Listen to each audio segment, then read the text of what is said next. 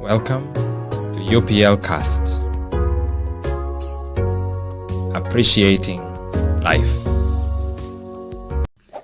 Hello and welcome, viewers. We are thrilled that you have tuned in the UPL Cast, where we explore all things related how we sleep, how we wake. We believe that getting a good night's sleep is essential. Good morning, good afternoon, good evening, wherever you're watching us from, all over the world.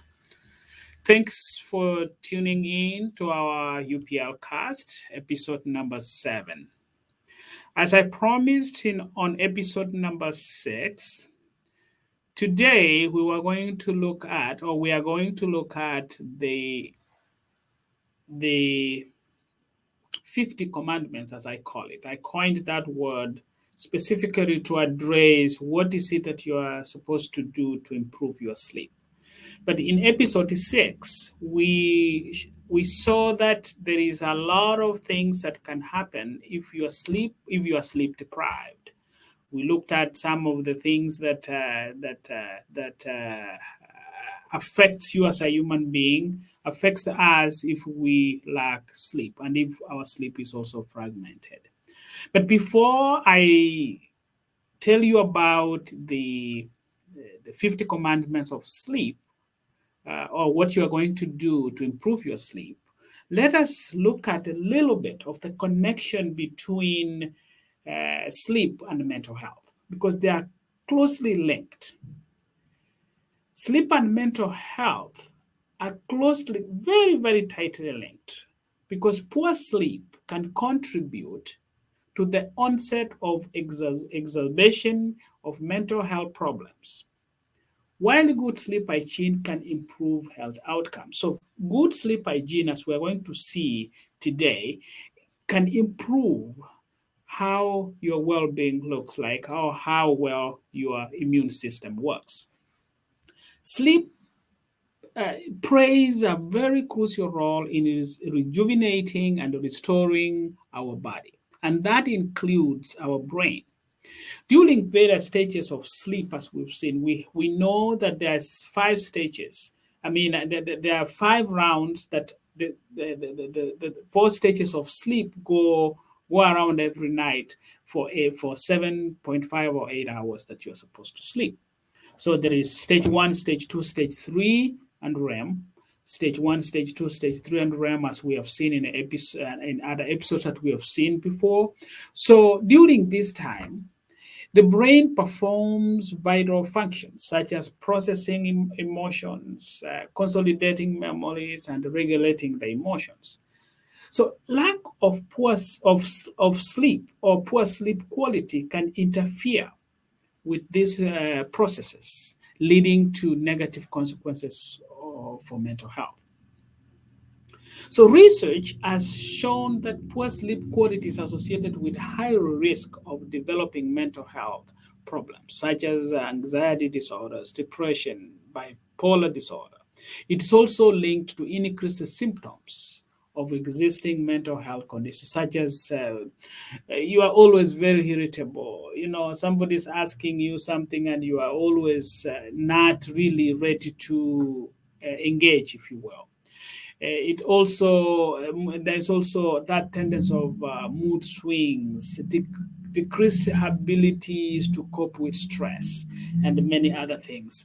There are many ways in which poor sleep quality can contribute to mental health problems, such as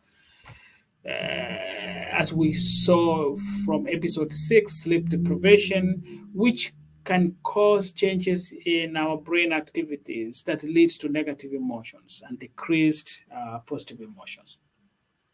It can also impair our cognitive function, making it more difficult to concentrate and solve problems, which can further exacerbate mental health issues.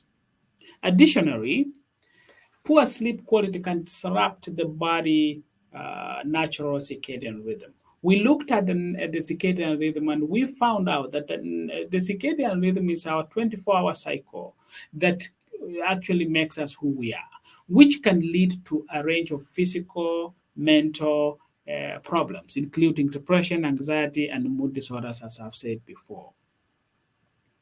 So, in the opposite of that, good sleep hygiene, which we are going to see now, is a crucial entity, is a crucial thing for maintaining good mental health.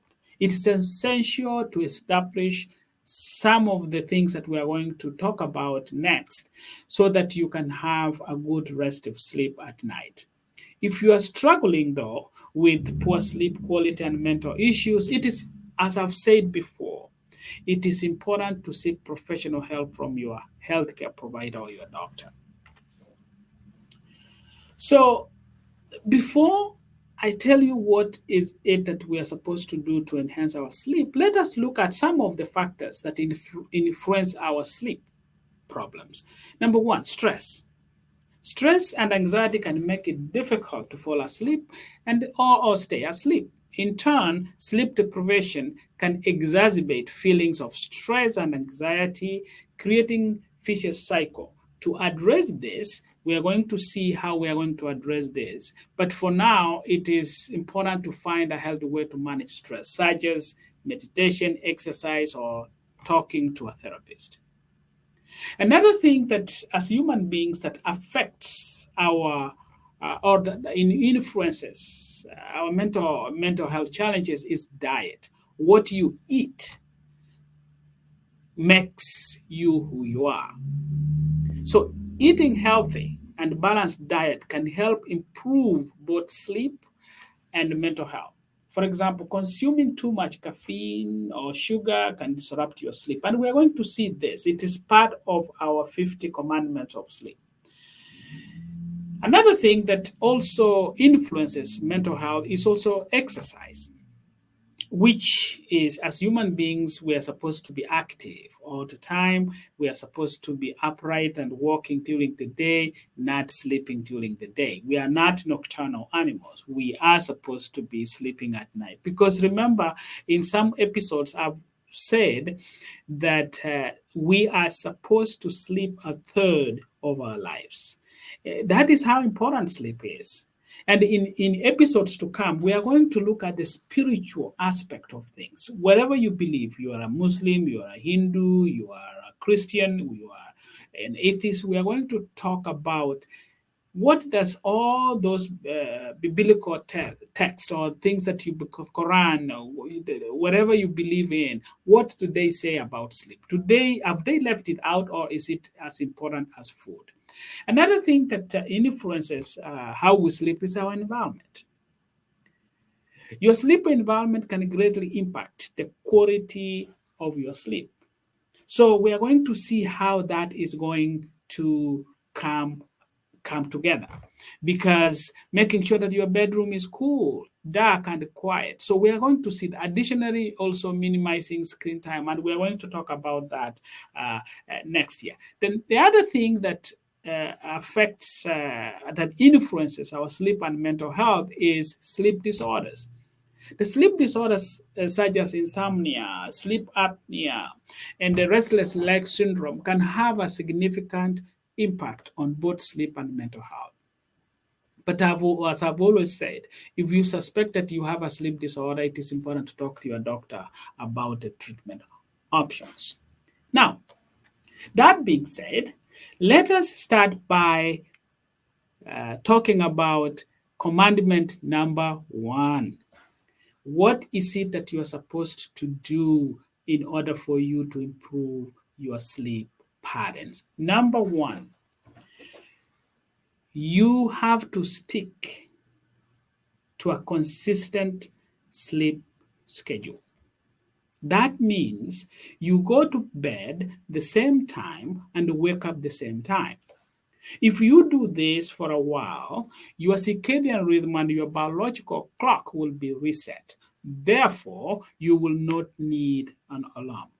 So try to go to bed at the same time every night and wake up at the same time every morning, even on weekends, even on holidays. I've had people say, I am off today, so I'm going to sleep in. This is one thing I'm going to tell all my viewers around the world. you can never ever recover the sleep that you missed yesterday. Once missed, never to recover it. So you start from where you are and continue, because once it is gone, it is gone. Another thing that you need to do, commandment number 2, create a relaxing sleep environment. Make sure that your bedroom is cool, dark, and quiet. And also invest in the best pillow that works for you. It is not one size that fits all. My pillow that I like might not be your pillow that you like. Also invest in a good bed. And this also varies. We are all uniquely and perfectly made.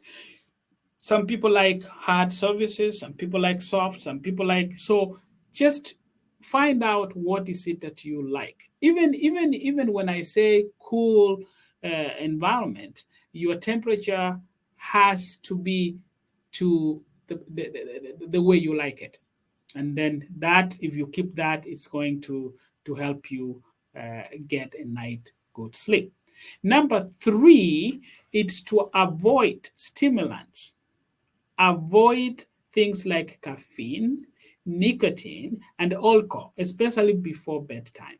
So one scientist says caffeine stays in our body for 12 hours. So it is advisable that you stop drinking this caffeine, sugary things, before around 2, 3 p.m. so that you can prepare yourself for. I've had people say, oh, if I want to sleep better, I take 2 glasses of wine or I take some alcohol. I'm not against all these things, but you have to know when and how to take them. Number 4, and this is for everyone, not young one, not old ones, limit your screen time. Avoid using electronics, devices such as phone, smartphones, tablets, laptops, while you are going to bed. Because blue light, as we saw when we were talking about the science of sleep, blue light suppresses your melatonin level.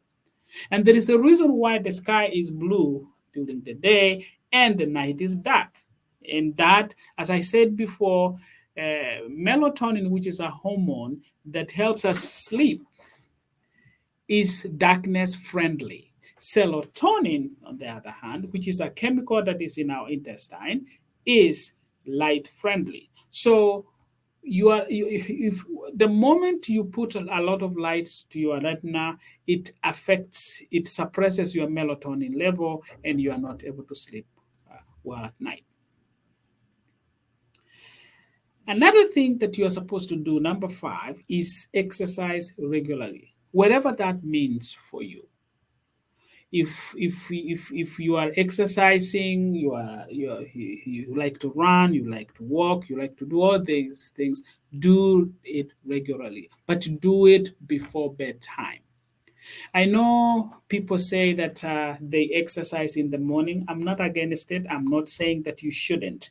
Some people do it in the morning because of convenience.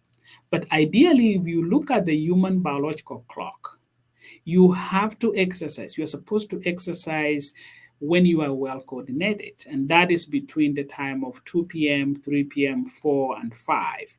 That is the time that you're supposed to exercise. Yes, I get it. People are saying that during that time, people are at work or they're on the road, but you have to be intentional. Be intentional about these things because sleep is that important. Number 6, practice what we call relaxation techniques. These are things like meditation, deep breathing, progress muscles relaxation. This can help you to have a better sleep at night. Number 7, avoid large meals close to bedtime. Eating a heavy meal before bedtime can interfere with your sleep. For example, your sleep pattern is affected by your melatonin or serotonin. Serotonin is the chemical that helps you digest food. It is suppressed at 8 p.m. So if you eat past 8 p.m., what is going to happen there is your food is not digested. Therefore, you eat when you get, for those people that have worked a night shift, you can agree with me that you start getting so thirsty and hungry at night at 12 a.m., at 12 a.m. and all that. So you start wanting to eat or have some snacks and all that. Number 8, keep a sleep diary if you can, if that's what you want to do. This will help you know that wherever you are, your pattern is the same. Number 9, as I said, uh, create a calming sleep environment with soothing scents such as lavender or chamomile. Lavender is a sleeping aid. So if you have a diffuser, just put it there if that is what you want. I'm not saying this is one size that fits all. So if you have those kind of problems, just invest on a diffuser, have some lavender. Also, the next thing that you need to do is to use white noise machine or earplugs to minimize disruptive sounds. And we are going to see the difference between sound and noise. So for the sake of this episode, I'm going to say sound is soothing. Noise is very disruptive. So if you like to have like white noise, like some music that you like, you can put it in and put it in a volume that you are comfortable with, and that can help you sleep as well. Another thing that you need to do is to keep pets out of the bedroom to prevent disturbances during the night. Now, I know there are people who likes animals. I'm not against them or at all, but remember, let the animals be animals and let the human beings be human beings. Animals are nocturnal. For example, a cat, which most people like, a cat does not have a circadian rhythm. A cat can sleep over 18 hours. So while you are sleeping, the cat is going to disrupt, and every time you are disrupted during those stages of sleep, you don't get to REM. For example, if a cat or a dog is disturbing you when you are stage 2 or stage 3, then it means that you have to go back to stage 1. So you are hovering between stage 1, stage 2, stage 3, and go back stage 1. And remember, the stage 3, which is 90 minutes, is the most important stage of sleep. Another thing that you're supposed to do is limit daytime napping to a shorter duration. If you have to nap, and we've talked about napping in another episode, if you have to nap during the day, there is what we call a power nap. Yes, you can do that, but let it be less than 30 minutes at most, at least 45, and so that you don't send your body into a sleeping mode. Another thing that you're supposed to do is ensure you expose yourself to natural light. It's not necessarily sunlight, light during the day to regulate your body's sleep-wake cycle. Remember, it is the sun or the light that sets your circadian rhythm. So make sure when even you are at home, open your window drapes so that the lights can come in, because your retina needs the light so that it can start secreting melatonin that's going to help you to sleep at night. I talked about room temperature before, but I'm going to say maintain a comfortable room temperature for sleep. And this is to your liking. Some people will like 60, maybe from 60 to 67 degrees Fahrenheit, and some will say 15 to 19 degrees centigrade.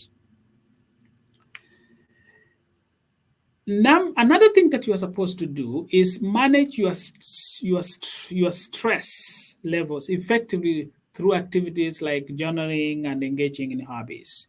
Do something that takes away from you from a lot of stress. Another thing that you're supposed to do is to limit the consumption of sugary and high carbohydrate foods, especially before bedtime. Sugar gives you energy, and because of that, you go to bed where you are very energetic, which is going to be so difficult for you. Now, you also have to invest in a blackout curtain or wear an eye mask if you are sensitive to light during sleep. Avoid clock watching during the night, as this can increase anxiety and make it harder to fall back asleep. There are people who like to look at the watch. Oh, I'm supposed to be somewhere and all that. That anxiety that you go to bed with is actually going to increase during your sleep. If you are struggling with chronic sleep issues, consider consulting a sleep specialist, as I've said before. Another thing that you're supposed to do is practice gratitude and positive thinking before bed to promote a more peaceful mindset. For most people, they wait until almost time to bed to discuss important issues. This is not the time to bring any emotional thoughts. You have the whole day to do that. So if you have those emotional thoughts during the day, it is going during the before you go to bed. It's going to affect your sleep pattern. So go to bed with a peaceful mindset. Another thing that you are supposed to do is keep a consistent sleep routine that I've said. And as I said, I'm going to repeat it again. People tend to sleep in during the weekend. Remember, you do that, you are affecting your biological clock. You are affecting your circadian rhythm. Another thing you're supposed to do is to avoid consuming large amount of liquids before bed, because that will minimize your trips to the bathroom, because your bladder can only sustain the liquid that you have in your body for only 2 hours. That is why in the United States there is that tendency of people driving at night. Every rest area is after 2 hours, because scientifically your bladder can only hold whatever is in there for 2 hours. When it gets after 2 hours, it becomes a problem. If you have a problem also, consider using a weighted blanket to promote sense of relaxation and sensitivity and security, meaning there are people who will want a weighted blanket. That is a heavy blanket that you put on your body so that it brings that comfort and security. Another thing that you're supposed to do is to practice a good sleep hygiene by keeping your sleep environment clean and free of clutter. Your bedroom needs to be not too crowded, because we tend to put so much things on the way. We tend to clutter our bedroom. We need to change that so that your bedroom is clean. So that will also improve your oxygen level in your bedroom. And as I said, stimulating conversations or intense emotional discussions before bed are not a good thing. Experiment using different sleep positions to find the one that provides a maximum comfort for you. There are people who are side sleepers. There are people who sleeps while facing upside. There are people who are stomach sleepers. If that is one of you, just look for your comfort zone so that you can be able to sleep. Establish clear boundaries with work and electronic devices to give yourself time to unwind. If for the children, have ground rules in your house. Tell the children or everybody that when it's time to sleep, the phone has to be locked somewhere, has to be put somewhere. I'm not saying that, I'm not telling you what to do. It's just look at what works for your family or for you and whoever you're with. Another thing that we're supposed to do is Let us, as I said, create sleep-inducing atmosphere by using calming colors like soft lighting in your bedroom. Use amber lights. That is why in those expensive restaurants, when you go there, the lighting in the evening, the lighting is amber. They are telling you eat so that you can go to bed. But if you go to this drive-through restaurants, it's like the light is blown out. So you have to create that environment for yourself so that you can prioritize. You can send your senses and your circadian rhythm to know that it is time to go to bed. Another thing that we are supposed to do is prioritize self-care and establish balanced lifestyle, which that is by ensuring adequate time for sleep, relaxation, and rejuvenation. So overall, I know my time is up, but you can watch the next episode where we are going to add more of those things that are going to help us sleep as we move on in the next episode, which is going to be the kind of food that you are going to eat so that you can have a restorative sleep. So until then, I wish you all the best, and please tune to our channel, subscribe, and share and do everything that is needed. Thank you so much. Until next time, have a wonderful evening, day, and everyone. Hello and welcome, viewers. We are thrilled that you have tuned in the UPL cast, where we explore all things related how we sleep, how we wake.